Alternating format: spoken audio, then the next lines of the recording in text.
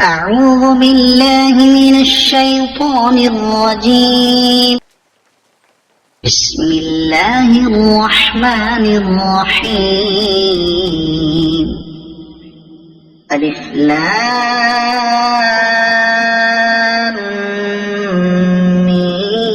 ميم را. تلك آيات الكتاب والذي أنزل إليك من ربك الحق ولكن أكثر الناس لا يؤمنون. الله الذي رفع السماوات بغير عمد ترونها ثم استوى على العرش وسخر الشمس والقمر كل يجري لأجل مسمى يدبر الأمر يفصل الآيات لعلكم بلقاء ربكم توقنون. وهو الذي مد الأرض وجعل فيها رواسي وأنهارا ومن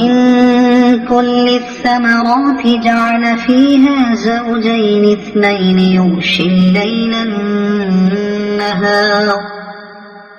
إن في ذلك لآيات لقوم يتفكرون. وفي الأرض قطع متجاورات وجنات من أعناب وزرع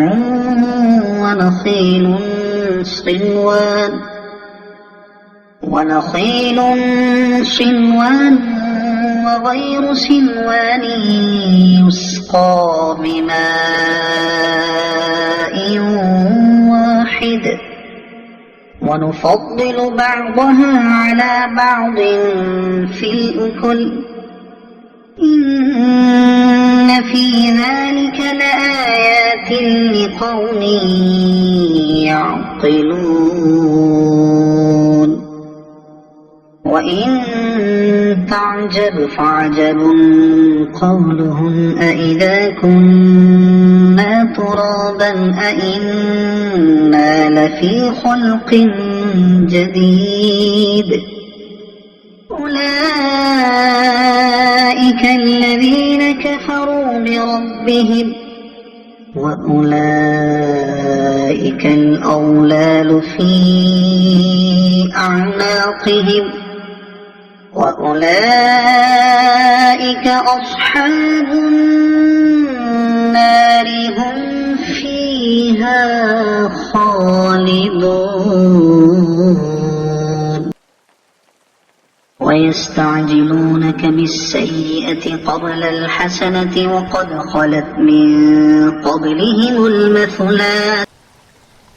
وإن ربك لذو مغفرة للناس على ظلمهم وإن ربك لشديد العقاب. ويقول الذين كفروا لولا أنزل عليه آية من ربه إنما أنت منذر ولكل قوم هاد. الله يعلم ما تحمل كل أنثى وما تغيض الأرحام وما تزداد وكل شيء عنده بمقدار. عالم الغيب والشهادة الكبير المتعال سواء منكم من أسر القول ومن جهر به ومن هو مستخف بالليل وسارب بالنهار له معقبات من بين يديه ومن خلفه يحفظونه من أمر الله إن الله لا يغير ما بقوم حتى يغيروا ما بأنفسهم وإذا أراد الله بقوم سوءا فلا مرد له وما لهم من دونه من وال هو الذي يريكم البرق خوفا وطمعا وينشئ السحاب الثقال ويسبح الرعد بحمده والملائكة من خيفته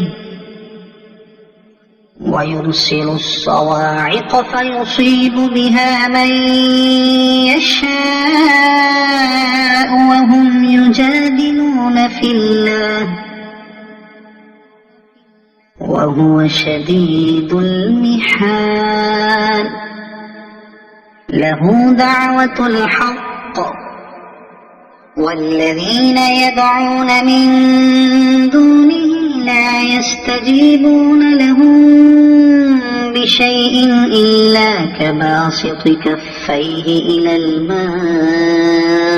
ليبلغ فاه وما هو ببالغه وما دعاء الكافرين إلا في ضلال ولله يسجد من في السماوات والأرض طوعا وكرها وظلالهم بالغدو والآصال قل من رب السماوات والأرض قل الله قل أفاتخذتم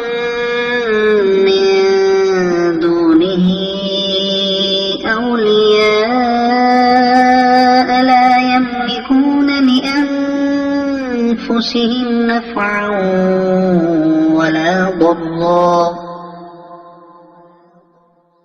قل هل يستوي الأعمى والبصير أم هل تستوي الظلمات والنور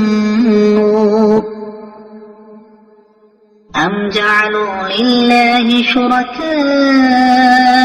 خلقوا كخلقه فتشابه الخلق عليهم قل الله خالق كل شيء وهو الواحد القهار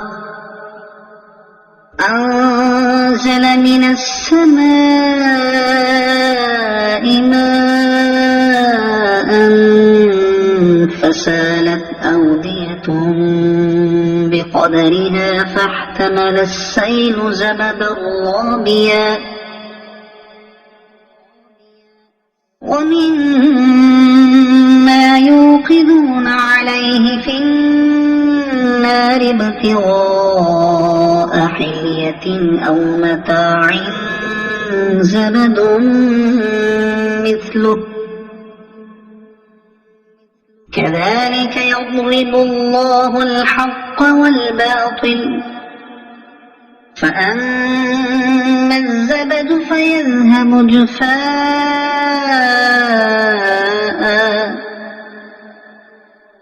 وأما ما ينفع الناس فيمكث في الأرض كذلك يضرب الله الأمثال للذين استجابوا لربهم الحسنى والذين لم يستجيبوا له لو أن لهم ما في الأرض جميعا ومثله معه لافتدوا به أولئك لهم سوء الحساب ومأواهم جهنم وبئس المهاد أفمن يعلم أنما أنزل إليك من ربك الحق كمن هو أعمى إنما يتذكر أولو الألباب الذين يوفون بعهد الله ولا ينقضون الميثاق والذين يصلون ما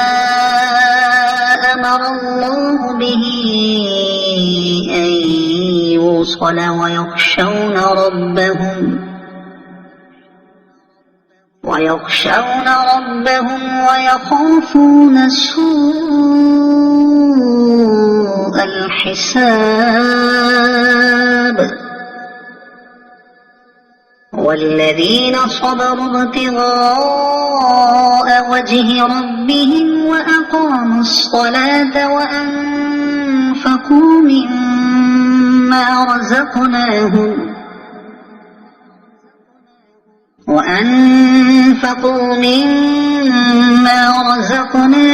سرا وعلانية ويدرؤون بالحسنة السيئة أولئك لهم عقبى الدار جنات عدن يدخلونها ومن صلح من آبائهم وأزواجهم وذرياتهم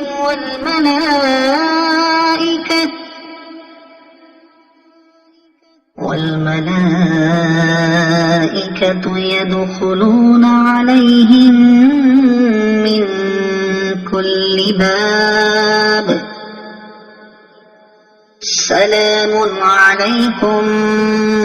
بما صبرتم فنعم عقبى الدار والذين ينقضون عهد الله من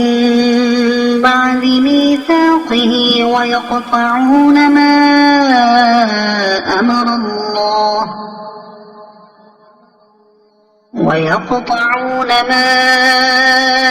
أمر الله به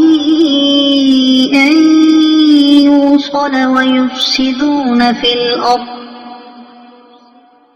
أولئك لهم اللعنة ولهم سوء الدار الله يبسط الرزق لمن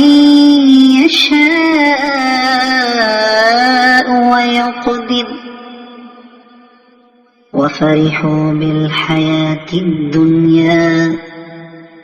وما الحياة الدنيا في الآخرة إلا متاع ويقول الذين كفروا لولا أنزل عليه آية من ربه قل إن الله يضل من يشاء ويهدي إليه من أناب الذين آمنوا وتطمئن قلوبهم بذكر الله ألا بذكر الله تطمئن القلوب الذين آمنوا وعملوا الصالحات طوبى لهم وحسن مآب كذلك أرسلناك في أمة قد خلت من قبلها لتتلو عليهم الذي أوحينا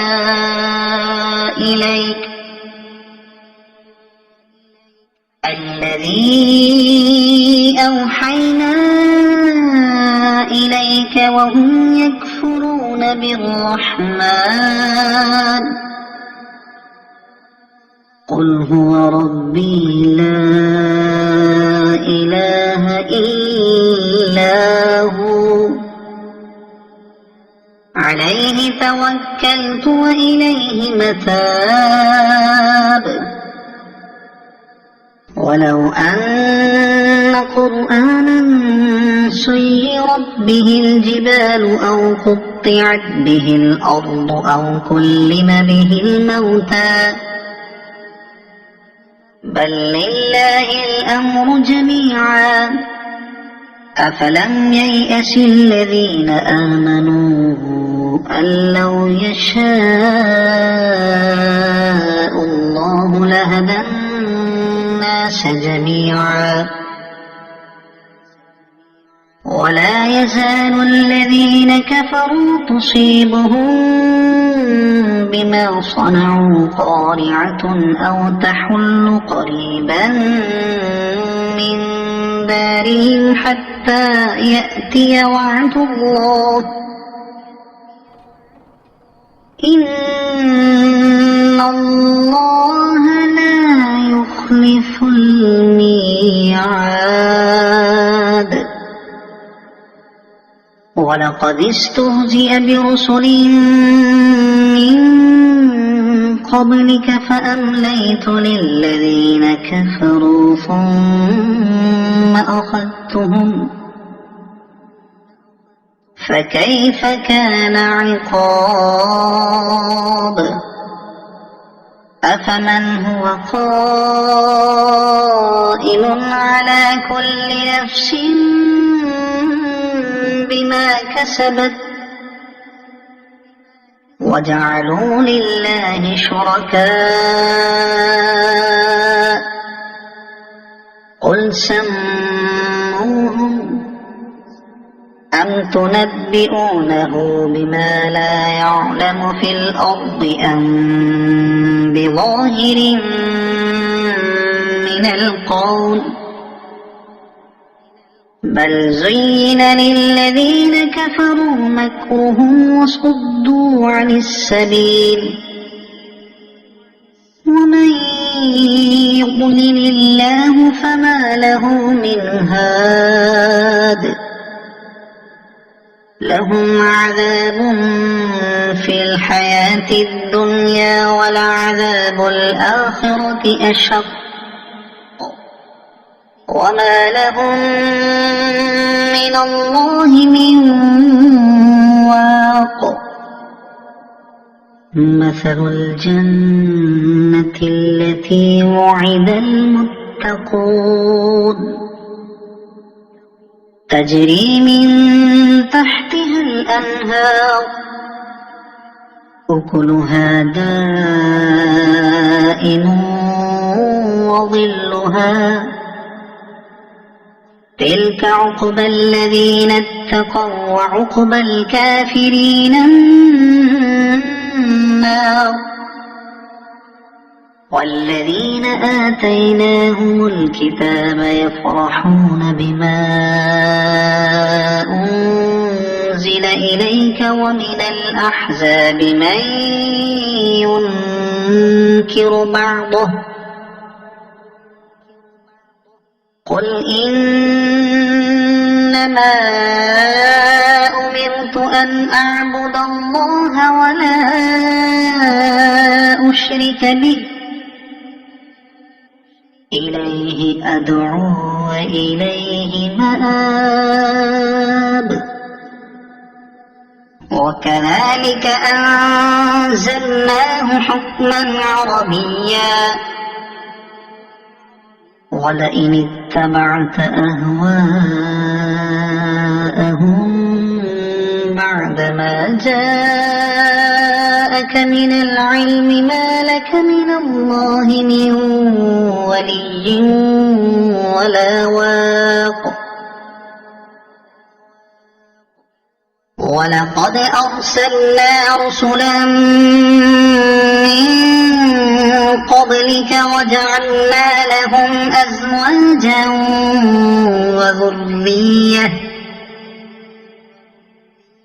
وما كان لرسول أن يأتي بآية إلا بإذن الله لكل أجل كتاب يمحو الله ما يشاء ويثبت وعنده أم الكتاب وإما نرينك بعض الذي نعدهم أو نتوفينك فإنما عليك البلاغ وعلينا الحساب أولم يروا أنا نأتي الأرض ننقصها من أطرافها والله يحكم لا معقب لحكمه وهو سريع الحساب وقد مكر الذين من قبلهم فلله المكر جميعا يعلم ما تكسب كل نفس وسيعلم الكفار لمن عقبى الدار ويقول الذين كفروا لست مرسلا قل كفى بالله شهيدا بيني وبينكم ومن عنده علم الكتاب